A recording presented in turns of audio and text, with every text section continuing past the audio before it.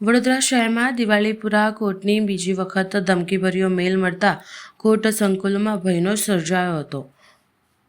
ત્યારે જ વડોદરા જિલ્લા દિવાળીપુરા કોર્ટને આજે તમામ કાર્યવાહી બંધ કરવામાં આવીનો આદેશ આપ્યો હતો।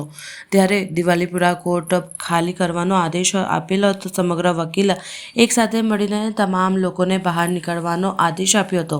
ત્યારે આ સંદર્ભમાં બાર કાઉન્સિલરના ઉમેદવાર રણજીતસિંહ રાઠોડ મીડિયા સમક્ષ માહિતી આપી હતી, જેમાં દિવાળીપુરા કોર્ટ સંકુલમાં પોલીસ તૈનાત કરી દેવામાં આવી છે, જેમાં આવતીકાલે બાર કાઉન્સિલરનું ઇલેક્શન યોજાવાનું છે, ત્યારે સુરક્ષા વધારવા માટે પણ આગ્રહ કરવામાં આવ્યો હતો।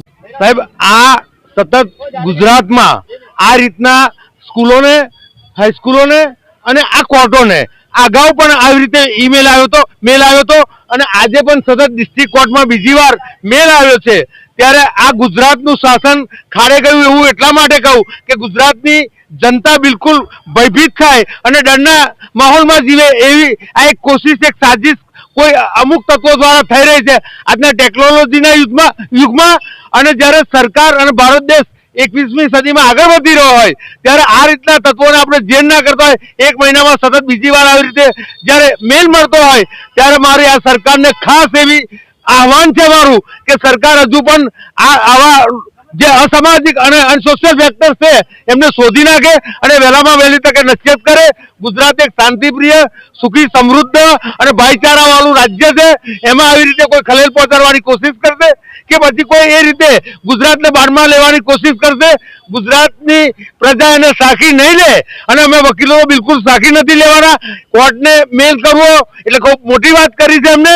આ એ બહુ છેલ્લી કક્ષાનું હિત કૃત્ય છે અને એને સખ્ત શબ્દોમાં બીસીજી મેમ્બર તરીકે હું વખોડી નાખું છું અને સાથે સાથે એવું પણ કહેવા માંગુ છું સરકારને કે સરકાર હજુ પણ જાગૃત થાય, પ્રજાના આવી રીતે જે ડરને માહોલ અને ભયનો માહોલ ફેલાવતા તત્વોને જેર કરે, નહીં તો તમારી જગ્યા, તમારી જવાબદારીમાંથી એ ગૃહમંત્રી હોય કે સરકારના મુખ્યમંત્રી હોય વહેલામાં વહેલી તકે રાજીનામું આપી દે અને પોતાની નાકામી જાહેર કરે।